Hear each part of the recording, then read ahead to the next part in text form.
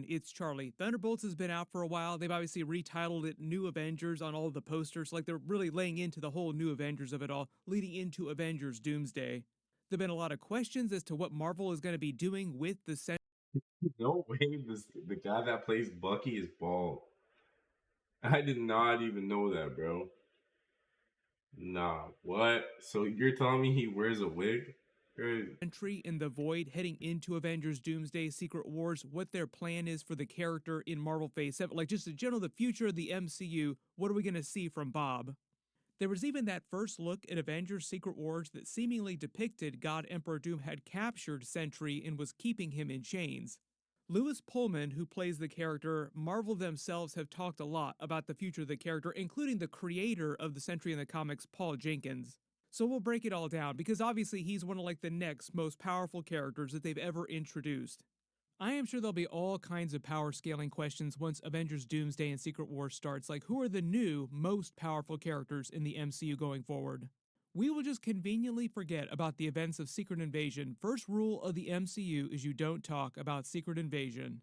If you're brand new to the channel, be sure to subscribe to get all the videos. They're in the middle of filming Avengers Doomsday right now. We're going to see Fantastic Four in a couple months, so it's really heating up.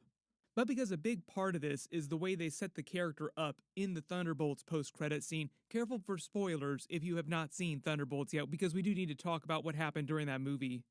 At the end of that movie, during the post-credit scene, it picks up 14 months after Val has named them the New Avengers. They're in the middle of that legal copyright fight with Sam Wilson, who wants to use the name of the Avengers for his new team that he wants to put together before Avengers Doomsday. But the way they explain it is that this 14 months later is literally meant to be the very beginning of Avengers Doomsday, with the Fantastic Four coming from their universe in their ship to the MCU. I know there's been all kinds of theories. People have been asking about some other character pretending to be the Fantastic Four, using their ship to make them think that it's a completely different group of characters. But the twist is meant to be them meeting the Fantastic Four in the MCU for the first time. That there is no Fantastic Four that any of these characters have ever met. So that's really the big turn that they're playing on. Like, who are you? We're the Fantastic Four. We come from Earth. No, this is our Earth. We've never seen you before. We will start getting more footage for the Fantastic Four movie, sort of explaining what's going on with that. And obviously, the end of their movie will set up this moment in them at the beginning of Avengers Doomsday on their side of things, too. Like, we're seeing the MCU side of things, we'll see the Fantastic Four side of things at the end of their movie. But one of the biggest parts of that post-credit scene with the big Fantastic Four reveal is also the big Sentry reveal, in that in the past 14 months, since they stopped Bob from becoming the Void and destroying the entire world, he basically went back into Bob form and has stayed in Bob form. Oh, I got a shield too. It's not a shield. Yeah, it is a shield. This is why they have the joke about John Walker's shield still being bent like a taco, like he called it a taco earlier in the movie. He was going to get Bob to bend it back when he went back into Sentry form. Like, we'll just get him to fix it after all this. But in 14 months, he never wound up fixing it because the way they explain at the end of the movie, and Lewis Pullman, the actor who plays him, is that he's so afraid of the Void that he has completely suppressed the Sentry part of himself inside his own mind. So the way that Lewis Pullman, the actor, talks about it, the Sentry and the Void are just dormant inside, they're like hibernating inside of him, so to speak. Keep in mind that this post-credit scene picks up 14 months after the movie, and it's meant to be the beginning of Avengers Doomsday, so it seems like they're setting Bob up for a very Scarlet Witch and Hulk type of story like they got during Avengers Infinity War, where they're two of the most powerful characters in the MCU, like Bob is one of the new most powerful characters, Sentry inside the MCU, the Void inside the MCU. But during Avengers Infinity War, Hulk and Scarlet Witch were largely sidelined for most of that story. We know that Robert Downey Jr.'s Doctor Doom is going to be the main antagonist of both Doomsday and Avengers Secret Wars. The real big question is, how does everyone stop him? Well, the true answer to that in Avengers Doomsday is they do not wind up stopping him. That's how we get to Avengers Secret Wars, with them doing a slightly different version of what we saw in the comics. The Infinity War style downer ending that pushes into the next movie, where it's kind of like one big story broken across two films, even though there are very different types of things happening in both films, so that you can view them as separate films. There are a couple things that we know about the overall plot of the movie in Doctor Doom's storyline, in that he will at different times portray himself as if he is the returned Iron Man from the 616 universe, trying to play on all the MCU heroes. But at a certain point, his ultimate goal is the destruction of the MCU. Like he's destroying universes in order to try and save the multiverse. Remember, this is a bit of an adaptation of Time Runs Out, where at a certain point, Doctor Doom came up with the idea to save the multiverse from the incursions by destroying key other universes. And in order to do that, he would kill Molecule Man in each of the different universes. What they've done in the MCU with Deadpool and Wolverine is they basically replaced the whole Molecule Man idea with anchor beings, but it's the same basic twist. The anchor being dies in a universe and it begins to destroy the universe. Like it begins to degrade much, much faster. An anchor being is an entity of such vital importance that when they die, their whole world slowly withers out of existence. So the early theory is that Doctor Doom shows up in the MCU trying to kill the anchor being. There are a couple different ways that they can use Bob Sentry in the Void at either the beginning of the movie or the end of the movie, depending on whether you want to think of him as like a Hulk type of character or a Scarlet Witch type of character, because she was more important at the very end of the movie, using her powers to try and kill Vision. Very tragic story to try and keep Thanos from getting the Infinity Stone. He still wound up getting it. At the beginning of the movie, they introduced the Hulk like we have a Hulk-type twist again to pay off the Loki moment, but Thanos is still powerful enough to overwhelm him, causing him to go dormant for the most part inside Banner and refuse to return till Avengers Endgame. Personally, I think Bob is a better analog for, say, like the Hulk character, just because they use him in a similar type of twist during the Thunderbolts movie, where Val gets the we have a Hulk moment. It's just a very dark twist on that original Avengers moment. Doctor Doom has fought Sentry in the comics, and he was in Sentry form. But if you're thinking about him in a more Hulk type of context for the live-action movies, you have to imagine them using Sentry in a couple different ways. He's important for a couple different reasons because of the way his powers work. Robert Downey Jr.'s Doctor Doom shows up, and at some point, Bob wants to use his powers to save all of his friends. Like, it's all about friends for Bob. Like, it's all about his found family, wants to save them. He finally relents, goes back into Sentry form to try and use his powers to save everyone. They can use a moment like this where Doctor Doom actually puts his hands on Bob, and Bob inadvertently winds up using his Void powers to give us a flashback to show us Doctor Doom's origin story and why he's doing all this, the same way they kind of did with Val during the Thunderbolts movie. They use that brief moment where she gets close enough in proximity and she goes into her mind and we see what her childhood was like. It's a really easy plot device to get around a lot of exposition where a character would normally have to read a whole bunch of pages of dialogue to explain their backstory. I am Iron Man. 30-second flashback, boom, character completely explained. Then because Bob's mind is still so unstable, the really easy way for Doctor Doom to fight him is to not actually have to fight him. Like maybe like a brief fight, because you do have to pay off that moment, like just have a fun moment of Bob just thrashing a whole bunch of Doctor Doom's people. You have to imagine he's going to have an evil Avengers team or an evil team of his own, whatever he winds up calling them, that shows up in the MCU to fight everyone. But because Doctor Doom is supposed to win, he has the strongest plot armor, he's probably able to manipulate Bob in order to turn him into Void form, so he becomes just as big a liability for all the MCU heroes. That was a big twist during the first Avengers movie, if you remember. Like, they built that case that Thor got stuck in to hold the Hulk if the Hulk went off the rails.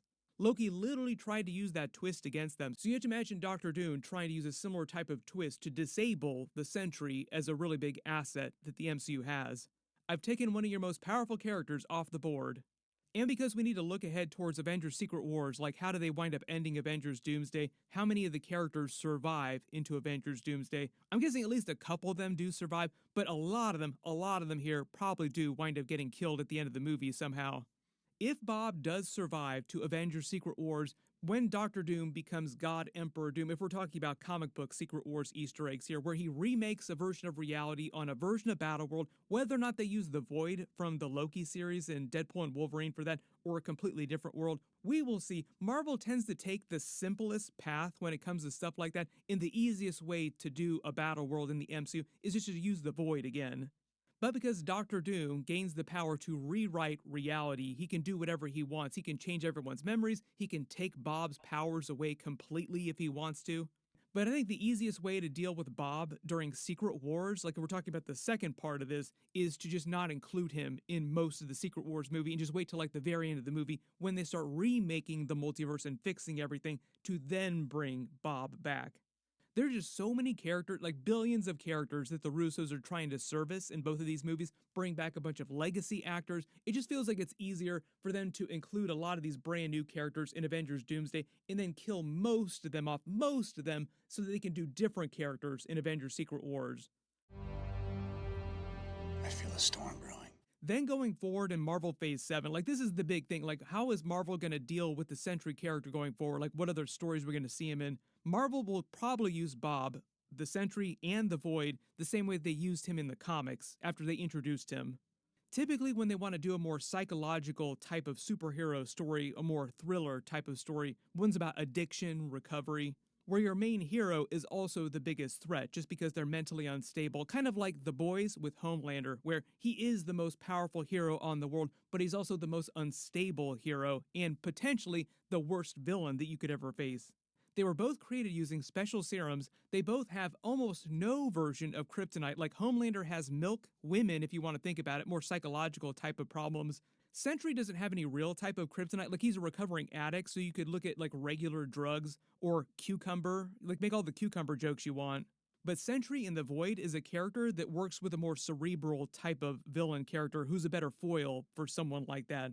Somebody who doesn't really have as many physical weaknesses, but many mental weaknesses. And really good villains for him would be somebody like Baron Zemo, Captain America Civil War style, where he's able to manipulate people, the heroes, long enough to create that level of chaos, getting them to fight each other for him until it's too late and they don't realize that he's behind everything until the end of the movie, which is why it is weird that you didn't see Baron Zemo during this movie. I did a deleted scenes alternate ending video where like there were a bunch of different versions of the movie, and in one of those versions, Baron Zemo was going to be the Kaiser Soze pulling all the strings behind the scenes.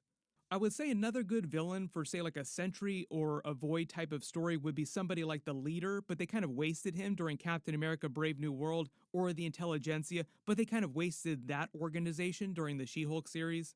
Villain groups that Marvel has typically shown to be capable of large-scale deceptions like that after they got rid of the Hydra organization. Generally, it seems like Marvel is so focused on doing more X-Men mutant-based storytelling in movies heading forward in Phase 7 and beyond that, like the mutant saga of the movies for like the next 10 years after this. There will still be Avengers teams, there'll still be other traditional MCU heroes coming back, but they'll be more like side characters, side stories. Like there'll always be Avengers movies, but they're really focusing more on the X-Men mutant side of things. So I kind of expect the same treatment for the Bob, Sentry, the Void character, where they're still around, like they're still active, but because he's going to be a recovering addict for the rest of his life, he'll still always constantly be afraid of the Sentry and the Void, because if he lets himself become Sentry again, it also basically opens up the world to the threat of the Void as well too. The way that Lewis Pullman explained it, he feels like suppressing the Sentry side of himself also suppresses the Void part of himself. So as long as he's in Bob form, generally the world is safe from the Void. Basically, it's a story about sacrificing his greatest superpowers in order to protect everyone from his greatest weaknesses. It's like the concept of recovering from addiction in real life. You never truly beat your addiction, you're always a recovering addict. Really good example of that is Robert Downey Jr. in real life. Like he was addicted to drugs for a long time, so he's been a recovering addict for all this time. Like he is still a recovering addict.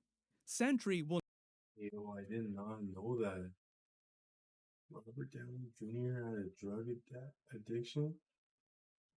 Yo, what? I never knew that, bro.